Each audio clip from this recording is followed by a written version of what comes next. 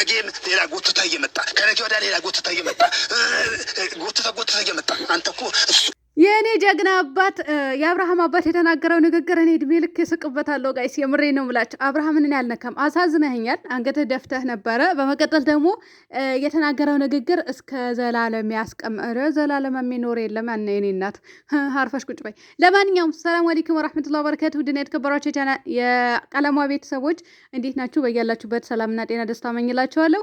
ላይክ፣ ሼር፣ ሰብስክራይብ እያደረጋችሁ እስከ መጨረሻ ተከታተሉኝ። ዛሬ እንግዲህ እኔ ሳቅ ብሎኛል። ሳቅ ያለኝ ደግሞ ጋሽዬ ጀግናው ቆፍጣን ነው።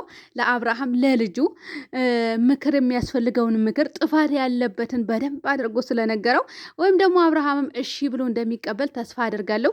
ደግሞ የሚቀበላት ለዛ ነው ሳቅ ያለኝ ማለት ነው። እና ጋሽዬ ጀግና አባት ነው። እውነት ለመናገር እኔ ከዚህ በፊት ራሱ እናገራለሁ ጀግና አባት መሆኑን፣ ምርጥ አዛኝ፣ ለሰው ልጅ አዛኝ መሆኑን እኔ ከዚህ በፊት ራሱ ተናግሬያለሁ ማለት ነው። እንስፍስፍ ብሎ ከልጁ በላይ ያያል። በቃ የትኛውም ሰው ሲመጣ ልክ እንደ ልጁ አድርጎ እንደ እንቁላል ተንከባክቦ ነው የሚቀበላችሁና ብዙ ሰው ሄዶ ስላየውኝ ነው ማለት ነው። ያ ነገር ከቪዲዮ ጀርባ የሚሆን በቪዲዮም በጣም ጨዋና ምርጥ አባት እንደሆነ በዚህ አጋጣሚ ልንገራችሁ።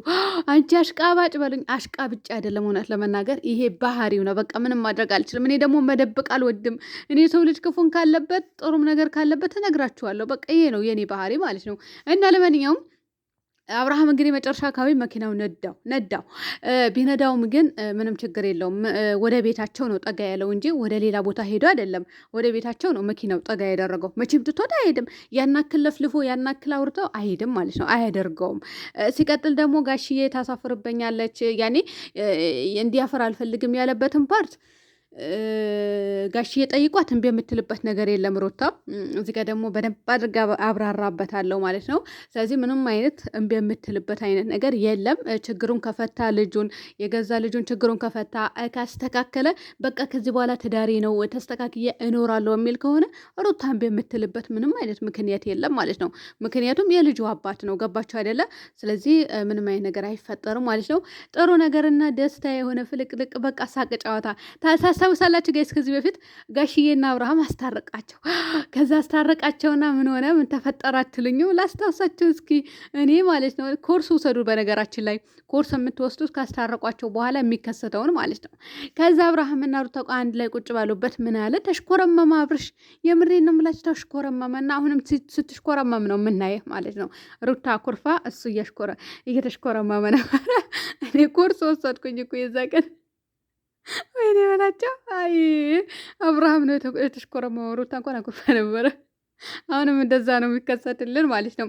ስለዚህ ለየትኛው ጠላት ተብሎ ነው ለየትኛው ሰው ተብሎ ነው ትዳርን የመሰለ ነገር ሲፈርስ ቆመን የምናየው? ጋሽዬስ ቆሞ የሚያየው እና ምርጥ አባት ነህ፣ ጀግና አባት ነህ። እኔ በተደጋጋሚ እናገራለሁ እውነት ለመናገር ለምን ለየትኛውም ሰው ክብር ያለው አባት፣ አዛኝ፣ ሩህሩህ የሆነ አባት ነው እና ለአብርሽም ደግሞ ልክህን ነው የነገረህ ዛሬማ ማለት ነው። እንደውም ራስ ምታት ነበረብኝ አብርሃም፣ ራስ ምታት ነበረብኝ ብን ብሎ ነው የጠፋው። የጋሽዬን ቪዲዮ ሳዳምጥ የጋሽዬ ንግግር ሳዳምጥ እስከ መጨረሻ በቃ እየነገረህ ጥፋትህን ማለት ነው። የምር ጋሽዬ እኮ በጣም ተናደነ የተናገረውና አለመምታቱ አለመጠፍጠፉ ራሱ ጥሩ ነገር ነው። የሆነ ነገር ዱላ አንስቶ ራሱ አለመምታቱ ማለት ነው የሚደነቅ አባት ነው። ስለዚህ ደግሞ በበራቸው ነው የቆሙት። ባይዘው እዛ የእነ አብርሃም ቤት ነው ያንን መንገዱ ምናምን ማለት ነው። ከዚህ በፊት ቪዲዮ ሲቀረጽ ምናምን አታውቁም እንደ የእነሱ ሰፈር ነው። ስለዚህ ጠጋ ነው ያለው እንጂ አብረሽ ሄዶ አይደለም፣ የትም ሊሄድ አይችልም። አባቱ ሳይዝ ከአባቱ ጋር ለመሄድ ተስማምተው ቢን የሚባለውም አትሄድም አይደለም ወይ ሲለው እግዚአብሔርን አልሄድም ማለት። ስለዚህ መሀላ የኛ ልጆች ከዚህ በፊት በውሸት ሲምሉ ነው አይቻለቅም። በነገራችን ላይ በጭራሽ በውሸት ሲምሉ አይቻለቅም። እኔ ደጋግሜ እናገራለሁ እና ሲሚሉ ስለ የምር ወይም የሆነ ነገር ነው የሚሉት የምር ይላሉ። ከዛ ውጭ ግን እግዚአብሔርን እንደዚህ ምናምን ይሄ የለም። ሌላኛውስ እንዲህ ቅርጥምጥም አማልክቶቹ በጠቅላላ ጠርቶ ቅርጥምጥም አድርጎ ይበላዋል ማለት ነው በውሸት። እንዴት እንደምታስታውስ እንዴት እንደምታስመልሱ እንደዛ አይነት ሰዎች ማለት ነው የምር ታስመልሳላችሁ። እኔ ራሱ ግርም ይለኛል አንዳንዴ ሲምሉ ማለት ነው።